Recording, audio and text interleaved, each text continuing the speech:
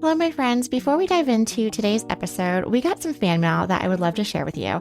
This fan mail comes from a listener living in Pennsylvania, and it is in reference to a recent episode that we produced, episode 281, DCIS Isn't Nothing. Our listener writes, "Great show. I had a 10.6 centimeters of DCIS, and after the mastectomy, the pathology found invasive micropapillary carcinoma. It was so nice to hear providers' info on DCIS." Friend from Pennsylvania, thank you so much for listening and taking the time to write us this amazing fan mail. Your comments really mean the world to me. It really makes our community just feel so connected, and I really just appreciate hearing from you. So I hope you are doing well post-mastectomy, and thanks so much for listening. If you are interested in getting a shout out in a future episode, please scroll over to our show notes. You will see right on top, it says, "Love this episode, send us a text." It is completely anonymous, so feel free to leave your name and where you're calling from, and we'd be so happy to give a shout out to you in a future episode. I love hearing from you guys. Thank you. Hello, and welcome to Breast Cancer Conversations, a podcast brought to you by survivingbreastcancer.org. I am Laura Carfang, breast cancer survivor and founder of survivingbreastcancer.org, a nonprofit organization providing community, education, and resources to empower those diagnosed with breast cancer and their caregivers from day one and beyond. Hello, my friends, and welcome to another episode of Breast Cancer Conversations. What do you do when you're given 3 years to live? Do you retreat? Do you rage in anger? Do you decide to change the entire system? Today's guest didn't just fight cancer. She transformed cancer research itself. Kathy Giusti is a 2-time cancer survivor, healthcare entrepreneur, and founder of the Multiple Myeloma Research Foundation, an organization that has raised over $600 million, helping bring over 15 FDA-approved drugs to market and tripled the life expectancy for multiple myeloma patients. Named to the Time 100 Most Influential People and Fortune's 50 Greatest Leaders, Kathy has lived the healthcare system from every angle, as a patient, a pharma exec, and a founder, to a faculty at Harvard Business School. But what makes this conversation powerful isn't just her resume. It is the fact that her work began in a hospital room after being handed what was essentially a 3-year death sentence. In today's episode, we talk about what it means to move from fatal to fearless and how to navigate the broken healthcare system. It's important as patients that we understand not just the science of cancer, but the business of healthcare. Welcome to the conversation.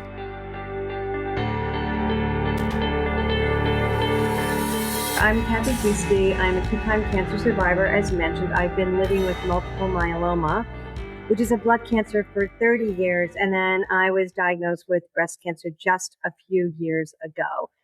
My background was actually working in the pharmaceutical industry. I was 37 and running worldwide operations for a pharmaceutical company, Searle, which was purchased by Pfizer, when I was diagnosed. And I had no idea it was coming. It was just a routine blood test. Right before the holidays, the next thing I knew, I was told that I had a fatal blood cancer and that I would live 3 years at best. And that was at best. So my daughter was 18 months old. My husband and I had just moved into our first, new home. We both had great jobs and everything was really going well. Then all of a sudden, everything just stops when you get a diagnosis like that. To be told a fatal diagnosis, I think a lot of times we're like, oh, what stage am I? What's the prognosis? But, educate me a little bit more on maybe melanoma in general. And, like you said, we're just going in for routine checkups or physicals. And I think about this in the context of breast cancer. So many people, I hear stories, they're just going in for a routine mammogram and then they find something suspicious. Did you have any symptoms, or how is this caught? Can you tell me a little bit more about the diagnostic? So for multiple myeloma back then, this is 30 years ago, we've made so much progress since then. But multiple myeloma back then as a blood cancer, you can think of it as being similar to pancreatic or a brain tumor today. There are just certain cancers that, when you get them, you're told by the doctors that it's really tough. And part of the reason for that back then was there was nothing in the pipeline for this drug. It had been neglected. It was a silent killer. It actually affected men, African American, and older. So I was not the poster child for multiple myeloma. It turned out my grandfather had it, though. I found out later.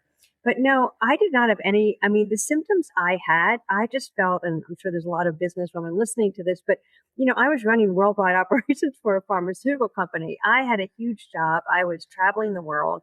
We had an 18-month-old, and you're busy and you're tired and you're worn down, but you think it's just because of all the things you're juggling.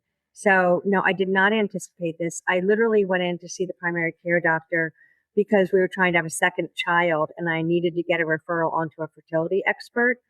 And that's all I thought I was doing. And next thing I knew, my whole life had changed. I'm like, I'm tired, I'm fatigued. Like, I don't know what's normal. This is just how I operate, right? Right, And so, right. well, how do you understand like the difference between like, is this normal tired? Is this my normal tired? And something more concerning? Yeah. But I do think it's why we all, we know our bodies best. And I think that is why, in today's world, if you are feeling all these symptoms where you're super fatigued and things are going on, that is when you now understand you need to get to a primary care doctor, someone who oversees your care to help you. There's no harm in doing that ever.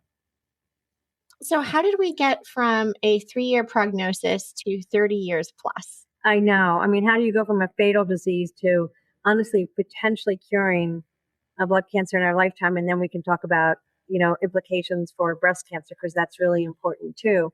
So in multiple myeloma, I started the Multiple Myeloma Research Foundation. I founded the organization. My background in pharma was hugely helpful from that perspective. And my job running it was really to bring all of the scientists, clinicians, the biotech companies, FDA, everybody together at the table and decide what were the problems we were facing in this particular cancer to find a cure. So it started out with, first, we didn't have enough funding, so we didn't have enough scientists working in the field. So I had to generate funding, and that's where I started with my twin sister. And then the second part was, once I attracted scientists to the field, they all said, we don't understand the disease. We don't understand the biology of this disease. And that happens in cancer a lot. Scientists are working really hard, but you need really good tissue and things to work on. So I built for them a collaborative tissue bank where we did all the standard operating procedures and had tissue brought in from the various myeloma centers that was centralized. And we all decided how that tissue would be used. Then what happened was genomic sequencing was just started. It was expensive, but we actually used all of our tissue to sequence the myeloma genome. We were the first to sequence our genome. And then thalidomide, interestingly, a strange drug, but it did emerge as a potential breakthrough in multiple myeloma. And it told us that novel therapies could be helpful. So we started to develop a clinical network and began doing phase 1 and phase 2 trials. So to date, now where we are in multiple myeloma, fast forward, is thanks to the community working beautifully together, all those players that I talked about before, we've had 15 drugs approved. You just saw in the American Cancer Society facts and figures that multiple myeloma 5-year survival has gone from the 30%, less than 30% when I was diagnosed, to over 60% today. It is probably the poster child in how to cure cancer. And, I'm really proud of everything that we've gotten done. And I'm sitting here in the MMRF office today, but because, we're not done yet. Like we have so many opportunities and new drugs, and you still have to take it to the finish line. And so we don't want to stop until we get there. Oh, incredible. That story just gives me goosebumps. And this vision and your connections and resources and how you saw a path forward to convene the players around the table, identify the problem, and then figure out how to move forward. So incredible. I have to ask, were you like to use the term poster child, or were you your patient on all of these clinical trials to get these drugs approved? No. So what happened with me was I was in a very unique situation in that I have an identical twin. So for me, what ended up happening was we kept pushing for new drug development. I loved working with FDA. I loved working with the biotech companies. It was my background. That's what I did in pharma, not necessarily in cancer, but in a lot of other diseases. And so we kept working with them on potential induction therapies before stem cell transplant. So yes, I was working with those companies. I was not necessarily on their trials, but I did benefit from all of that work in that I was one of the first patients on a triplet therapy, which then became the standard of care for multiple myeloma. And we did really push one of those drugs to market quickly. And then we kept working with the market leaders to, keep getting new drugs out until we reach this plethora of, over 15 drugs approved. And now immunotherapies are kind of mind-blowing in blood cancers. And so we've had huge potential there. But, the one thing I will say about blood cancers is they teach the world a lot about where we go with solid tumors too. I mean, we're very lucky in blood cancers that it's an easier place to work, but indeed, a lot of the work in bispecifics and ADCs now move over to solid tumors too. Fast forward to your breast cancer diagnosis. Can you tell me, was this through a routine mammogram that you were getting, or did you have other symptoms, or how did you get diagnosed? Well, when you have multiple myeloma or any cancer, you do worry about getting a secondary cancer. But the other issue was I was just getting older. And so, I was somewhat aware of it. But what really happened was my identical twin sister was diagnosed with stage 3 breast cancer. And it was kind of interesting because despite her being diagnosed and my having primary care and a blood cancer oncologist, nobody really said a lot to me about it until I was at a big conference that was being run by the NIH, the NCI. And I ran into one of the myeloma doctors and he was asking me how my sister was. And I mentioned it. And he said, "You realize you are now at high risk of breast cancer." And I thought, oh, duh, of course he's right. She's an identical twin. So I said to him, "Well, what does that mean?" He goes, "Well, you need to get to a breast cancer surgeon and start getting a high risk protocol in terms of watching over you." And I thought, why has nobody told me this? And why don't I know this? Like, I work in the field. I was a little embarrassed that I didn't know that, to be honest with you. So I ended up working with a breast cancer surgeon out of New York. And based on the fact that I'd had radiation to my ribs, to the chest wall for multiple myeloma. And way back then, they didn't do a lot of protection. That's what really made her nervous about my potential breast cancer. Not just the fact that my identical twin had it. My grandmother had it, but very late in life. So based on that, I would go in and do my mammogram in January, and I would do an MRI in July. And then she would follow me very, very closely.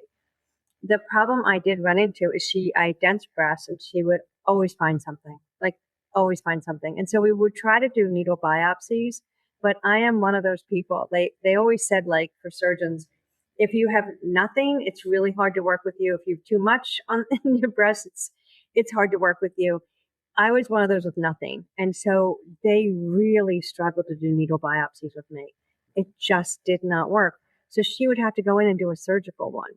So now they're already doing a ton of work to try to follow these biopsies for me, knowing I'm high risk. And the other risk part is I don't have a great immune system, having done a stem cell transplant with my identical twin. So, because of that, they were watching me so closely. So, of course, it did turn out, because they were watching closely, that they found me with DCIS. And I felt incredibly fortunate, to be honest with you, that I was followed closely, that I knew what to do. But now, and I listened to the podcast. You guys had a great podcast, by the way, on DCIS, where everybody was commenting on, what to do and what not to do. This situation, and I love what you always say, which is, because my oncologist said this too, there's no right or wrong. There's only what's best for you. And I thought that was so true. So I did second and third opinions on this. And a few of them came back and said, "Kathy, after dealing with a fatal cancer for all of this time in your life, and now you're diagnosed with a second one, and you have what's called a window of opportunity to decide, do you want to get yourself to a cure? You can consider a more aggressive therapy." And like many people, I was like, do I really want to do it? And again, it does sound barbaric. It does sound awful. But in all honesty, if I was going to stay being monitored, I was still going to have to do these crazy biopsies that were doing a number on me anyway. So I decided, and the other part of this was I was watching my identical twin sister with her stage 3 breast cancer, the side effects of the aromatase inhibitors on her, the neuropathy, the challenges. She just looked at me, she's like, "If you don't have to do this, don't do this." She was a great resource for me too. So I decided to do the double mastectomy. And it's funny because I don't talk about it a lot because I don't want people to think if you have DCIS that that's the right thing for you, because I felt like I was so unusual. I had been dealing with cancer for decades. I had a really weakened immune system. I was going to have to deal with these surgical biopsies. And I was just in a very interesting space where I felt like if I take this window of opportunity, I won't have to get radiation and chemotherapy. I can be done. Now, having said all that, this is why I always say too, like you have to be careful.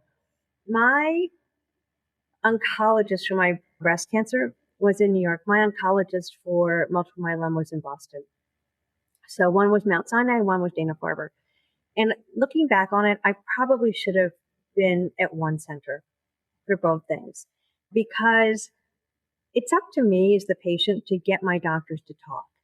And it really didn't happen as well as it could have. And so I think that because I always looked healthy and was working out and going in the office, I'd be like, oh, she's fine. She's going to do great. She's going to do great. And the truth is they don't realize that my immune system is lousy. And so I ended up with infection, and I ended up dealing with breast cancer for a lot longer than I ever thought I would have to as a result of that. And I do feel like if they'd spoken and perhaps I had had IVIG or things that you would normally give a multiple myeloma or blood cancer patient prior to surgery, maybe I could have dodged a bullet here or there. So, they're lessons learned for all of us. And we want to beat ourselves up, but at the end of the day, you're making the best decision with the information you have at the time. And that's what I was doing. And, it worked out, but it was a much longer journey than I thought. I had a lot of surgeries, so that made it tricky. That's really interesting. So many great follow-up points we can dig into, kind of working backwards. Mm-hmm. There's another woman who is part of our organization who has DCIS, and she attends our Thursday Night Thriver support group. We run support groups every week for multiple stages of breast cancer. And she was, it's a support group. So she's sharing her story about having multiple surgeries with DCIS. Yeah. And one of the newcomers was like, is this normal? Is this typical?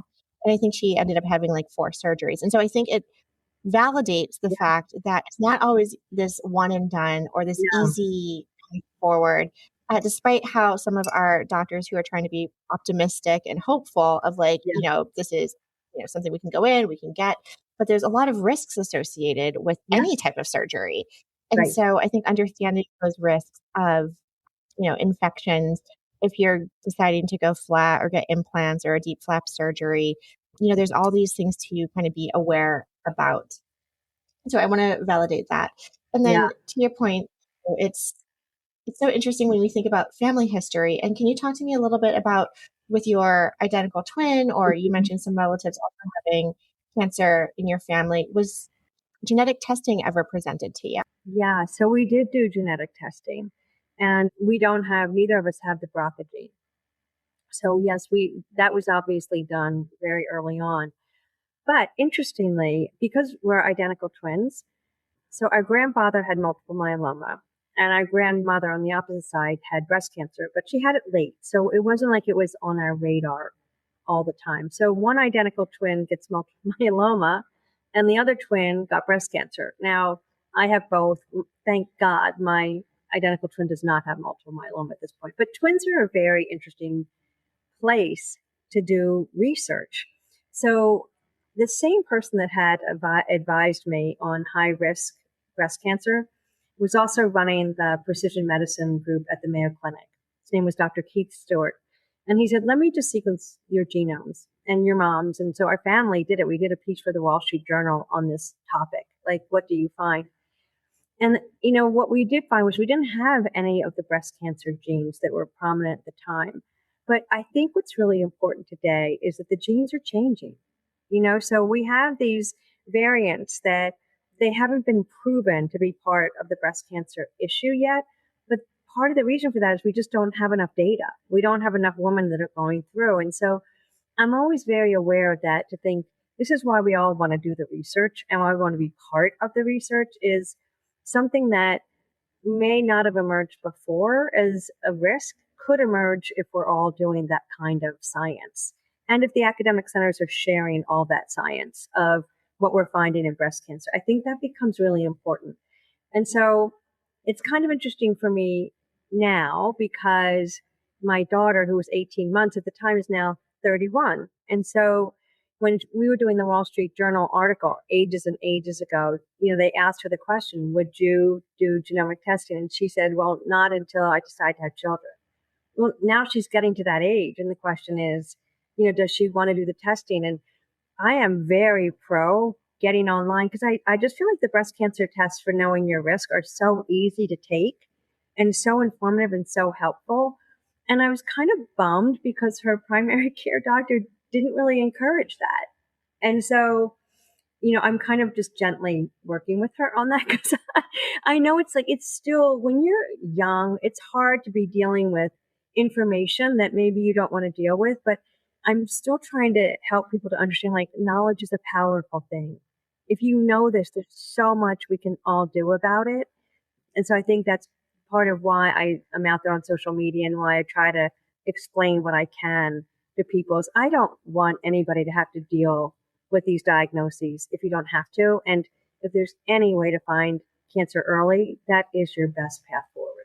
You highlight this continuum of decision making and when we feel mentally and emotionally and viscerally ready to receive information. Yeah. So I can only imagine as a mother, right? It's just kind of this weighted burden that you might be feeling of watching your daughter go through this. I know when I was diagnosed with breast cancer, my mom, this was not her fault. This was out of her control. But she's seeing her daughter in her 30s navigating a stage 2 breast cancer diagnosis. How challenging and that is. And I went through genetic testing, and it was at the time where my brothers were also doing family planning and starting to have kids. And it kind of became this oh gosh, there was now cancer in the immediate family, unexpected, diagnosed at a young age. I was a strict vegan at the time. I was super healthy, sound very much like yourself, working out, and no family history, no genetic predisposition. So we're clamoring for answers. How did this happen to me? What did I do? Did I do something? And looking for those genetic markers would give me something to point to, even though we know in today's time, it's 15%, right? There's that 80% of other factors that lead to this. They did have a variance of unknown significance where it was treated as if it was a negative for one of the genetic mutations. And again, being followed. But the science is advancing so rapidly, thank goodness, that when I think I was tested for a panel of 7, I later got tested for a panel of 36 genes, et cetera, trying to find information. And so the more that we're adding to that database, I just think it's a matter of time. Maybe they just haven't discovered it yet because we don't have the information. I think that's exactly the point I was trying to make and why you're starting with multiple myeloma and how we made so much progress. It's a rare tumor, right? So the ability to create critical mass in an uncommon tumor type was so important. But I don't look at breast cancer differently because I think breast cancer, while it's much more common, it breaks down into so many subtypes that I feel like the more we're all taking advantage of the research and participating in the research, and the more we get centers to share so much knowledge across these smaller and smaller subtypes that are emerging, the better off we're all going to be. Our role as patient advocates really come in, especially in the breast cancer community. You kind of hit the nail on the head between how do we confront triple negative breast cancer, lobular breast cancer, which has its own profile, DCIS, et cetera. And so we're really niching down into, okay, here's the big pink umbrella of breast cancer, but really these are all almost separate diseases that have their own profile, biology, and treatment plans. You mentioned something else that I want to piggyback off of. You mentioned, how our doctors or even society or friends or people look at us when we have our hair and we look healthy and we seem healthy, but we have these invisible diseases that, are really traumatic that we're living with almost as a chronic illness. So, I just wanted to talk a little bit about that, especially for my friends who are living with metastatic disease, where there is no end date for treatment, but depending on the types of therapies that they're on, they're not losing their hair. They're not necessarily, they're still going to work, holding their jobs, but they're dealing with a terminal cancer diagnosis. Can you talk to me a little bit about the psyche around when we look healthy, but we're dealing with a diagnosis? I find that to be a two-edged sword because in some ways, the entire time I was going through this, because the time when I looked really sick was when I was doing chemotherapy and then in isolation and doing the stem cell transplant. And, that went on for years.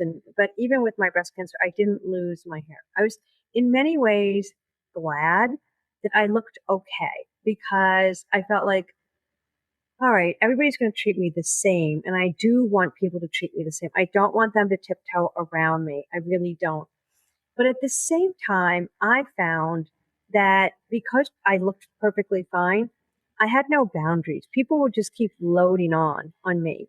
And so to give you an example, like when I was working, I hope the working woman can take advantage of this. When I was working, I was, running, the MMRF, this nonprofit in blood cancer, was doing really well.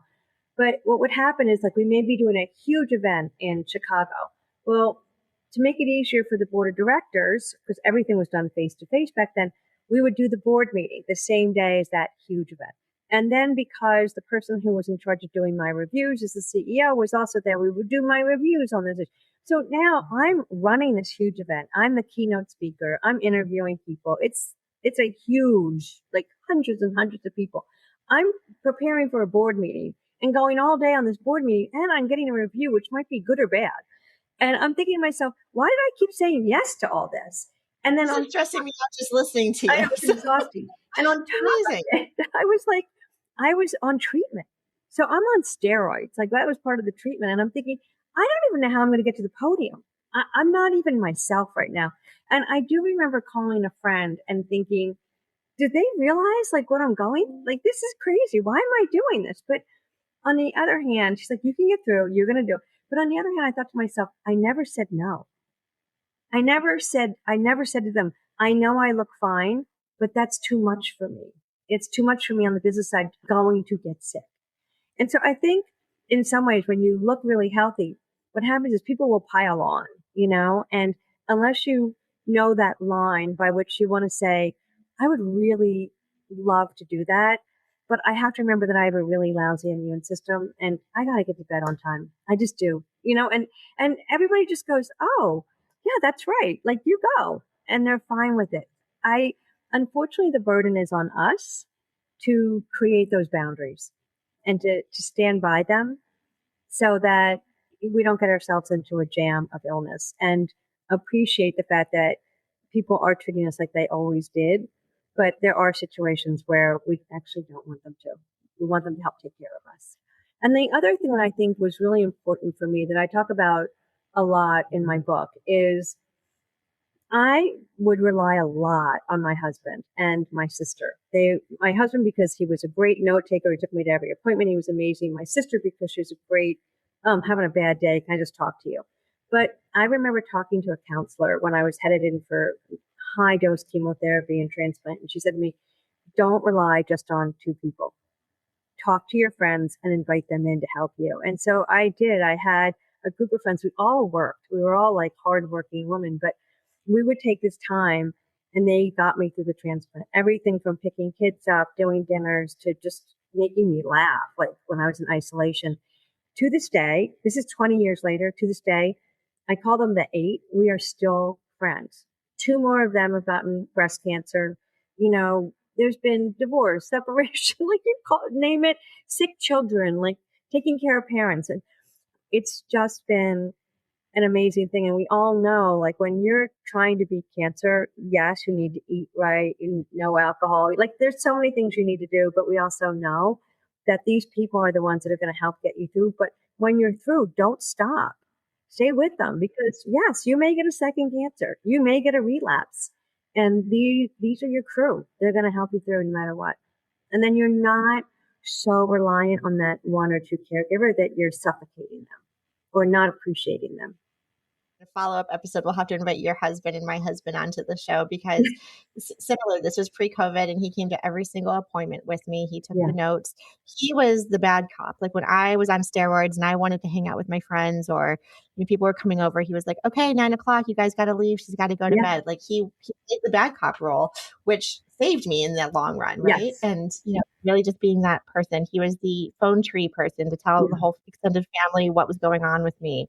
So I didn't have to keep rehashing my diagnosis and my treatments and everything. So there was a lot that we relied on and put on our caregivers, our loved ones. So to expand that circle, people want to help, they just don't always know how. So when we let them in, I think that is great. Yeah, people are kind. Yeah, we forget people really are kind. I want to switch gears a little bit. As if you haven't done enough, you also wrote a book. Let's dive into the book. Tell me the name, where people can get it, all the things. There was a method to my madness in that once the MMRF, and we had done such amazing work in the field of multiple myeloma, I was asked to teach to all the other foundations what our model looked like. And I love that because my sister had breast cancer, my dad had kidney cancer, my mom had melanoma. And I was like, well, I would love to teach anybody and everybody what we've done at the Multiple Myeloma Research Foundation. So I did teach this up at Harvard Business School for 5 years. And it was an amazing space where we took all the best models in the patient journey, in clinical trials, in data and AI, and we shared everything. And I loved the job, but COVID hit.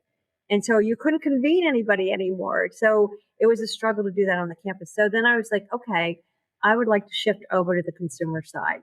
And I had coached on honestly thousands of patients by this point in time. And what I realized was when I was coaching them, that the questions that I was asking them and the questions I was giving them to ask their doctors stayed very consistent. It didn't matter whether they had breast cancer, a blood cancer, or something else. And so I knew I needed to put those 12 steps into a book, something that every patient could benefit from. So the book is called Fatal to Fearless, 12 Steps to Beating Cancer in a Broken Medical System. I wrote it that way because every step came from a WTF moment, like, are you kidding me? Like, this is what we're doing right now. And this is what I'm stuck with.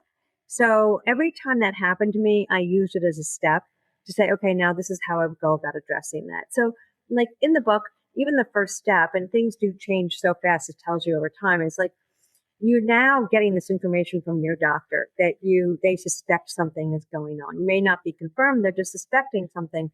And I'm always explaining to people, like, you need to take that information, exactly what did he say, and make sure you're researching exactly what you have. You can't put in breast cancer.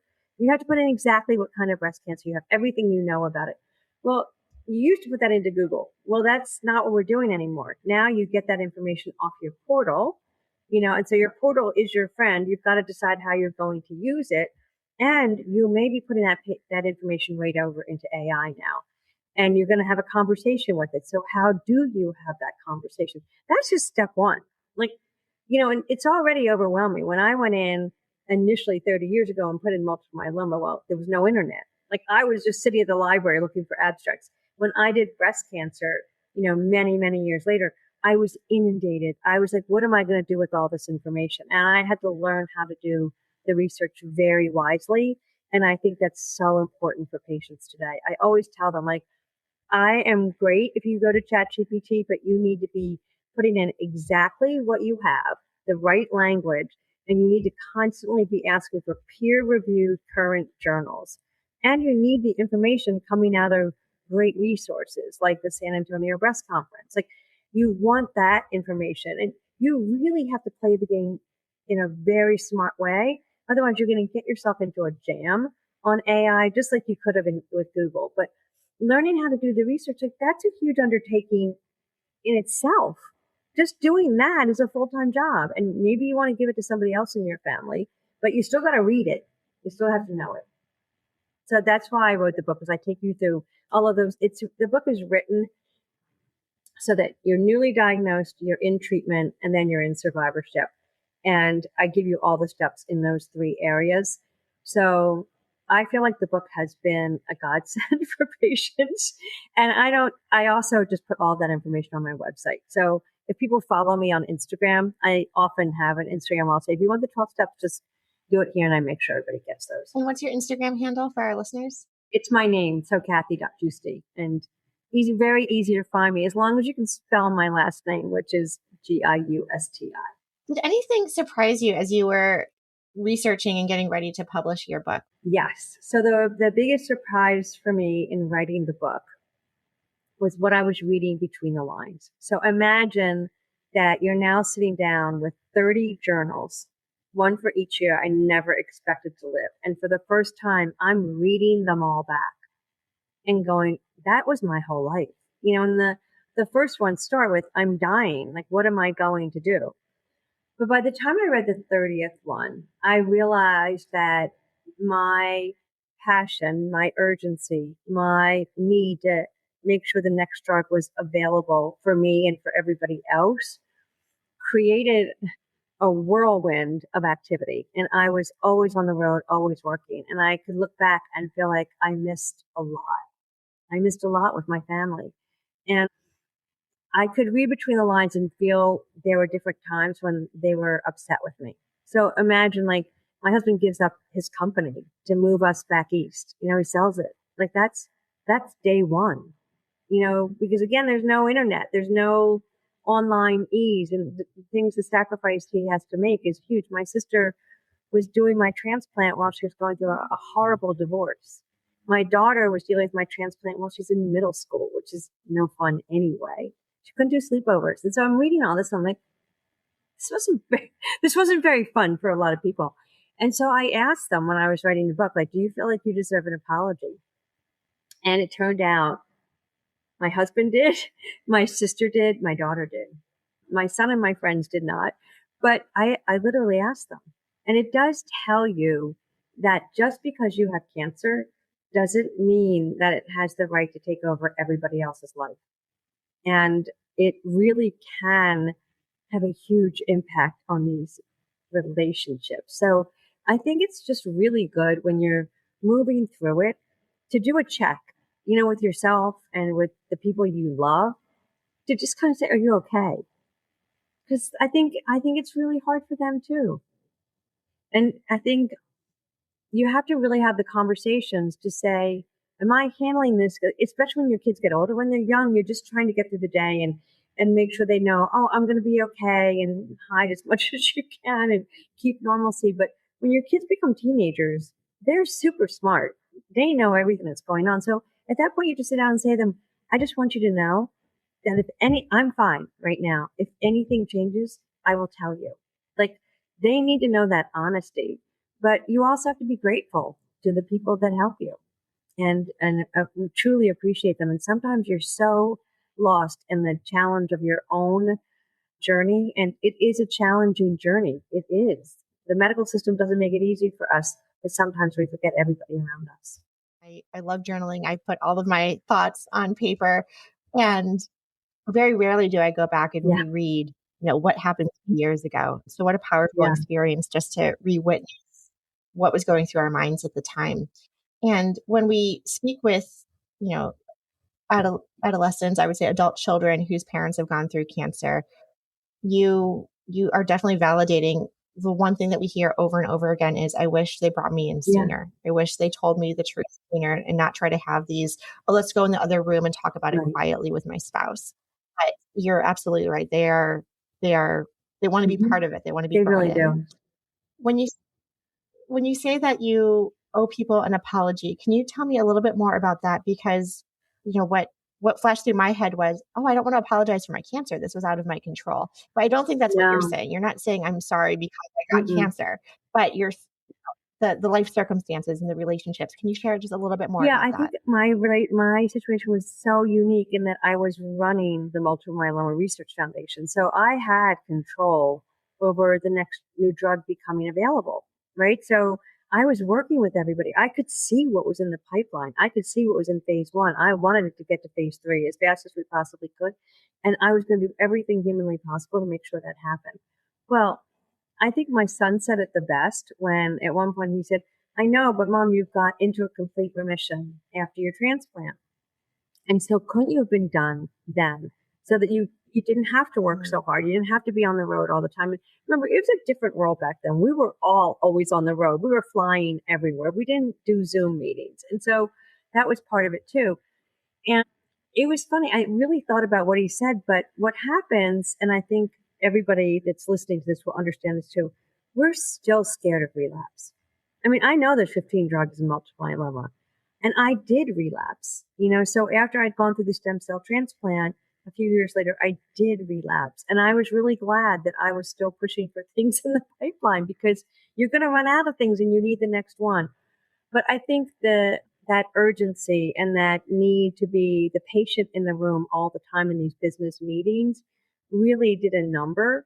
And so I just say that because I think I'm an extreme, but I also say that because I think that many times our work, our purpose in life, the things that, will grab at us, again, because we do look healthy, may take over. And at the end of the day, I can promise you, having been through cancer for this long and having learned so much through my journals, at the end of the day, it really is your family and friends and your relationships that truly matter. I don't want to take you away from a job that you love. Like, that's critical. I loved my job too. But that ability to balance when you're dealing with cancer it's hard, and it's one of the most important things you'll do. Kathy, I love this conversation. Any final words of wisdom to leave our listeners with? Yeah, my last word of wisdom is I have lived in this world of healthcare and science for decades now, and I have never seen it moving as fast as it is now. So, that gives, I think, for so many of us, tremendous hope, right? Because it's going so fast. I think never has it been more important now than to be educated and to stay on top of it, because there are always things being presented at San Antonio that are being handled and addressed and thought about at the academic centers, but you may be out in the community and it hasn't gotten there yet. We see this in multiple myeloma all the time.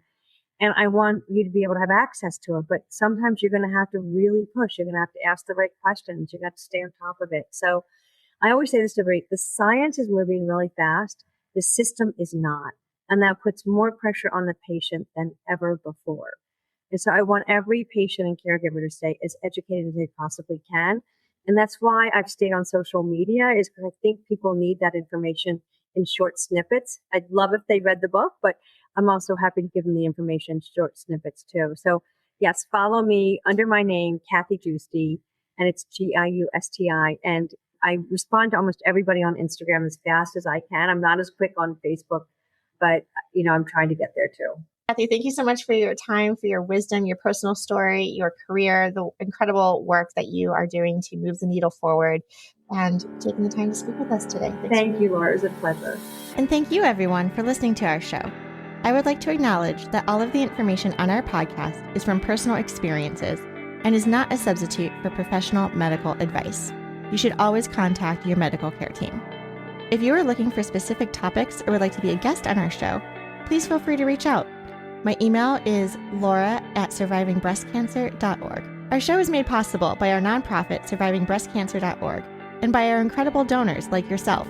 You can hop on over to survivingbreastcancer.org to sign up for our mailing list, make a donation, and explore the 400 plus programs we offer each year at survivingbreastcancer.org/events. Until next time, keep on thriving.